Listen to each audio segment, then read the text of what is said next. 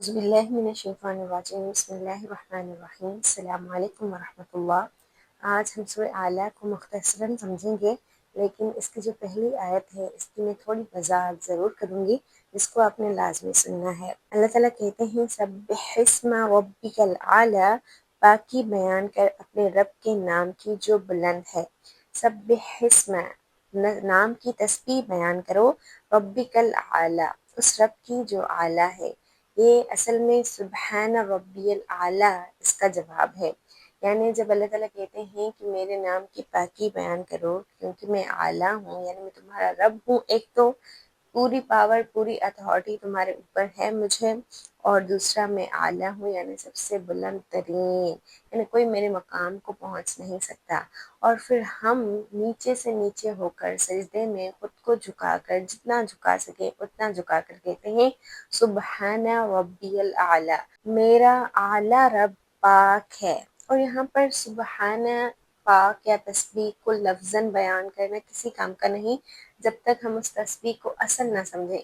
असल इस तस्बीह का मतलब ये है कि हम अपने रब के साथ किसी को शरीक नहीं करते, उसके मकाम को हम अपने करतूत और अमाल से नहीं गिराते या अपने अल्फाज से नहीं गिराते, बल्कि हम अल्लाह ताला का वही मकाम रखते हैं जो अल्लाह ताला ने अपना बताया है।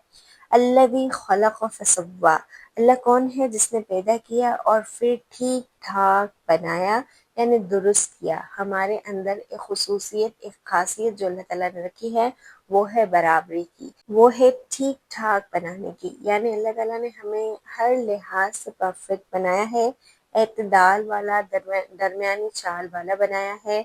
नींद हो, खाना हो, उठना हो, बैठना हो, सोना हो, तमाम चीज़ें अल्लाह ताला ने बिल्कुल ठीक ठीक हमारे अंदर रख दी हैं। वल्लज़ी क़द्दर फ़हदा, और जिसने अंदाज़ा किया और फिर हिदायत दी, यानी उसने ना सिर्फ हमें पैदा किया बल्कि उसने हमें ठीक ठीक बनाया। जो जो चीज़ हमारे लिए दुरुस्त थी वो हमें दी, और फिर उसने अंदाज़ा लगाया यानी हमारी तकदीर मुकर्रर की और हमें हिदायत दी।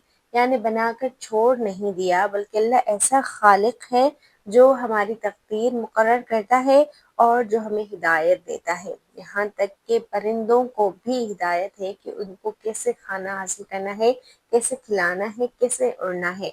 एक एक चीज़ को अल्लाह ताला ने हिदायत दे दी है। हमारे अंदर भी, हमारी फितरत में, हमारे नेचर में ये चीज़ है कि हम हक को तलाश करना चाहते हैं, क्योंकि वो हिदायत अल्लाह ताला ने शुरू से ही हमारे अंदर डाल दी है।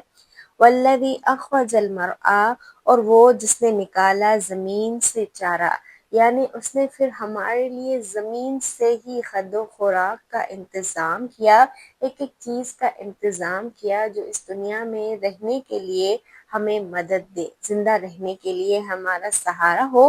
फ़जअलहु गुत्ताअन अहवा, फिर उसने कर दिया उसको स्याह कूड़ा, यानी फिर आगे चलकर वही सब्जियां, वही चीज़ें, वही चारा जो ज़मीन से निकलता है वो सड़ जाता है, ख़त्म हो जाता है, स्याह कूड़े की तरह हो जाता है। और यही हमारा असल है। हम असल में यहाँ पर हमेशा के लिए नहीं आए हैं। जैसे ज़मीन की हर चीज़ एक वक्त के बाद ख़राब हो जाती है, ऐसे ही हमने भी ख़त्म हो जाना है, ख़राब हो जाना है। जब आप कोई भी ऐसा फ्रूट देखें या सब्ज़ी देखें या कोई भी ऐसी चीज़ जो टूट रही हो, ख़त्म हो रही हो, या कहीं से वो वैसी ना रही हो जैसे वो नई थी, तो इसका मतलब है उसकी ज़िंदगी ऐसा ऐसा ख़त्म हो रही है। और उसके बीच में मुझे अपनी ज़िंदगी याद होनी चाहिए कि अब मेरा हाल भी यही होगा। मैं ज़िंदगी के इतने साल गुजार आई हूँ और फिर बाकी के साल पता नहीं कितने हैं और इसमें मुझे कितनी ज़िंदगी गुजारनी है। सनुक़्रिउका फ़ला तंसा, अनकरीब हम पढ़ाएंगे आपको तो नहीं आप भूलेंगे। यानी एक एक चीज़ हम आपको याद करवाते जाएंगे, आपको सिखाते जाएंगे। वैसे तो ये बयान रसूलुल्लाह सल्लल्लाहु अलैहि वसल्लम को है, लेकिन उनके ज़रिए हमें है कि तुम अपनी असल हकीकत ना भूलना, असलियत ना भूलना। और उस बीच में जब तुम इस ज़मीन में रहोगे, जब तक तुम जल सड़ ना जाओगे, स्याह कूड़ा ना बन जाओगे, मिट्टी में ना मिल जाओगे, तब तक हम आपको सिखाते रहेंगे और आप नहीं भूलेंगे।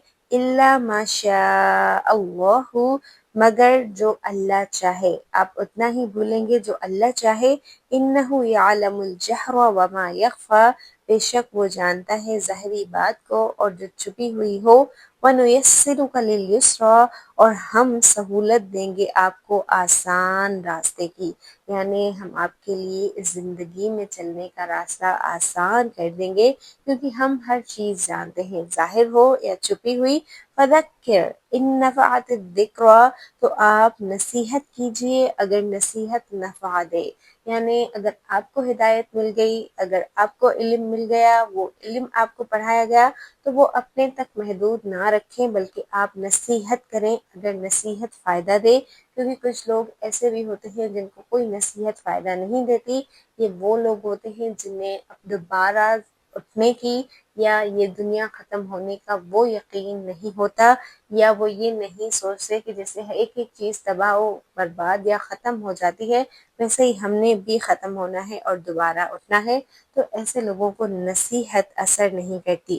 پھر کن کو نصیحت اثر کرتی ہے؟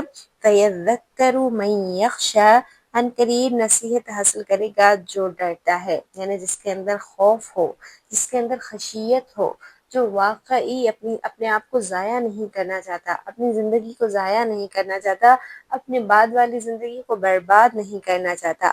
وَيَتَجَنَّبُهَا الْأَشْقَىٰ، دور رہے گا اس نصیحت سے وہ جو بدبخت ہو۔ بدبخت کون ہے؟ الَّذِي يَصْلَى النَّارَ الْكُبْرَىٰ، جو داخل ہوگا بہت بڑی آگ میں، اور وہ آگ کیسی ہے؟ ثُمَّ لَا يَمُوتُ فِيهَا وَلَا يَحْيَىٰ، پھر نہ وہ مرے گا اس میں اور نہ زندہ رہے گا۔ یعنی یہ ایک اللہ تعالیٰ نے تصویر بتا دی اس شخص کی جو خود کو ضائع کر دیتا ہے، سیاہ کوڑا بنا دیتا ہے اور اپنی کوئی قدر نہیں کرتا، اپنی جو تقدیر اللہ تعالیٰ نے اس کے لیے لکھی، جو ہدایت اللہ تعالیٰ نے دی، جو فطرت اللہ تعالیٰ نے اس کے اندر ڈالی، جو حق بات کی تلاش اس کے اندر تھی، اس نے اس کو کوئی اہمیت نہ دی اور اپنی زندگی میں اپنی منمانیوں میں جاتا رہا اور وہ بدبخت ہوا، تو انہیں نصیحت کوئی فائدہ نہیں دے گی۔ قد افلح من تزکا، یقیناً کامیاب ہو گیا جو پاک ہو گیا۔